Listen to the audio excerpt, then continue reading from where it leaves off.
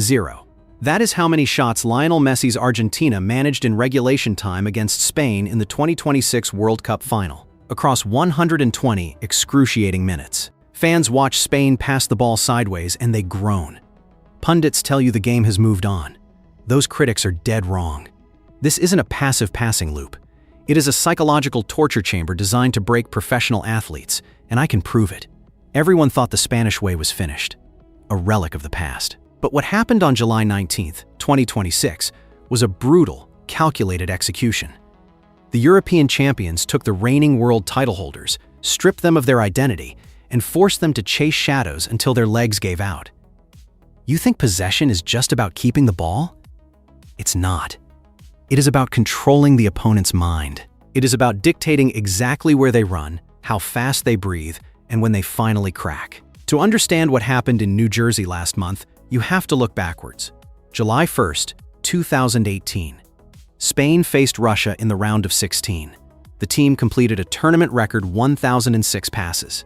Over 1,000 passes. And you know what happened next? Spain went home. Eliminated on penalties after a pathetic 1-1 draw against a vastly inferior opponent. The world laughed. Broadcasters rushed to the television studios to declare the end of an era. The Spanish system looked exposed as a toothless vanity project that held the ball just for the sake of holding it. Opponents figured out the cheat code. You could just sit back, wait for a mistake, and strike on the counter. The methodology was rotting from the inside out, which forced the National Federation to make a choice: evolve or die. Management chose violence. The technical staff stripped the system down to the studs. The warning signs of this aggressive overhaul first flashed during their Euro 2024 victory over England, where a modernized, vertical style emerged. But the final product arrived 2 years later. Which brings us directly to the MetLife Stadium pitch. Spain held 62% possession during the final. But this acted as a weaponized defensive shield, far removed from the sterile passing of 2018. The primary objective in those early stages focused heavily on starving the greatest player in history. Days before the match, Spanish midfielder Rodri laid out the exact blueprint to neutralize Lionel Messi. The defense refused to man-mark him. Man-marking creates gaps in the defensive structure, which becomes a death sentence against a South American side looking for any excuse to split you open. Instead, the midfielders occupied his space. The entire unit built a structural cage that kept the Argentine captain 15 to 20 yards away from the ball at all times. Spain simply hid the object he needed to do his job. You don't tackle the most dangerous man on the pitch. You just make sure he never touches the ball. You force him to watch the game happen around him. Genius, right? The arrogance of the strategy is bold, but it worked flawlessly. Subscribe to this channel and you'll start noticing the hidden tactical traps happening right under your nose. Executing that plan requires an extreme level of physical domination. When Argentina did manage to scrape the ball back, the players found themselves instantly suffocated. 11.4 seconds. That marked the average duration of an Argentine possession during the final. 11 seconds to breathe before a red shirt sprinted at full speed to take it back. This happened because manager Luis de la Fuente instituted a ruthless high press that demanded total physical commitment. His squad won the ball back in Argentina's half of the field 28 separate times. 28 high turnovers against the defending champions, which directly led to 10 Spanish shots. This instantly shattered the South American rhythm. You cannot build a coherent attack when your defenders are terrified of receiving a short pass. 50.5% of Argentina's touches were trapped inside their own half. Half of their possessions died before crossing the midfield line. The high press acted like a vice grip on their throats. It squeezed the life out of every single build-up attempt. The center backs couldn't find the midfielders. The playmakers couldn't find the forwards. The entire Argentine tactical plan ripped to shreds before the match even settled. And that constant, suffocating pressure eventually shatters a player's mind. Professional footballers are conditioned to sprint, tackle, and shoot. They are not conditioned to chase ghosts for hours on end. You watch the opposing team rotate positions, endlessly swapping spaces, while you exhaust yourself sprinting after shadows. It breeds a very specific kind of fury. The frustration builds in your chest. Your legs grow heavy. Argentina midfielder Enzo Fernández reached his breaking point late in the second half of regulation time. The Spanish rotations pulled him out of position for the 100th time. The anger boiled over into a desperate, reckless challenge that he never should have made. The referee pulled out the yellow card. His second of the match. Red card. Gone. Just like that. Argentina suddenly faced 10 men in the biggest game of their lives. This wasn't bad luck. This wasn't a refereeing conspiracy. The Spanish machine wears you down physically until you make a catastrophic mental error. The entire tactical setup weaponizes your own frustration against you. If this breakdown is shifting how you view the game, take a second to hit like. It genuinely helps the algorithm show this to more people who need to see the truth behind the tactics.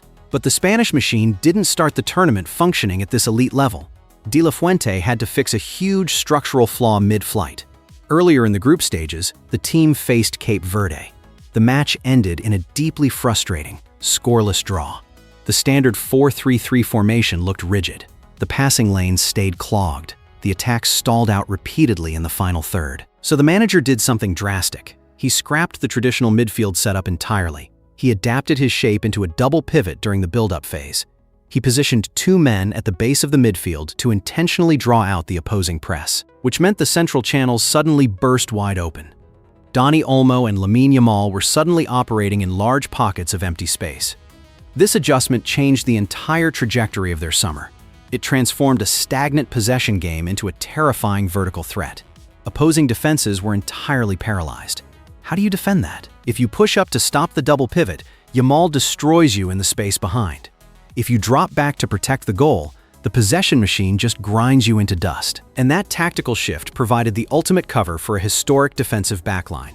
You cannot play extreme possession football without complete trust in the men guarding the net. Goalkeeper Unai Simon and defenders Pau Cubarsí and Aymeric Laporte delivered a defensive masterclass. 6 clean sheets out of 7 matches leading up to the final. The squad set a defensive record by conceding exactly 1 total goal across 7 matches leading up to the final. 1 goal.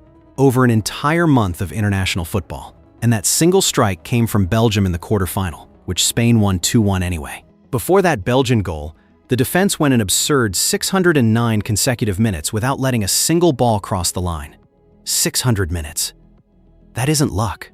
That represents structural perfection. You keep the ball. You press high. And if the opponent somehow breaks the initial press, you have an impenetrable wall waiting to shut them down. This team built a fortress on the pitch. De La Fuente dared the world to breach it. Nobody could. Which brings the story right back to the 106th minute in New Jersey. The score remains tied 0-0. Argentina is exhausted, down a man, and mentally shattered. The expected goals data for the South Americans sat at 0.13, the lowest number ever recorded in a World Cup final. The challengers had nothing left to give. Spain drained their life force for over an hour and a half. The stage sat perfectly set for the final kill. Nico Williams isolated his man on the wing. He floated a precise headed pass into the danger zone. Ferran Torres dashed into the box. He met the ball with total conviction. Goal. The back of the net bulged. The stadium erupted. 1-0. The match ended the exact moment the ball left Torres's head. The preceding 105 minutes of tactical strangulation guaranteed that Argentina lacked any capacity to respond. 518 completed passes by Spain. The victors threw nearly 800 precise strikes to wear the enemy down, just to set up that one fatal blow. This victory fundamentally rewrites modern football history. De La Fuente vehemently rejects the outdated labels attached to his team. He refuses to call this system tiki-taka. He knows exactly what that phrase implies.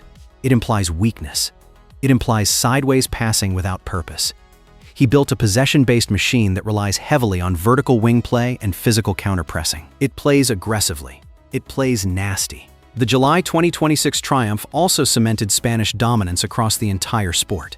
Spain became the first nation in history to simultaneously hold both the men's and women's Senior World Cup trophies. The women took theirs in 2023. The men completed the set.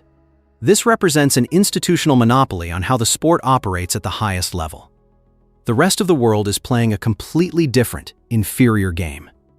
The National Federation has cracked the code of international competition. Critics told you possession football was dead. Pundits claimed the future belonged exclusively to rapid transition teams. Everyone lied. Spain dismantled the reigning champions and made them look entirely powerless. If any of this stuck with you, like and subscribe. There's so much more to uncover.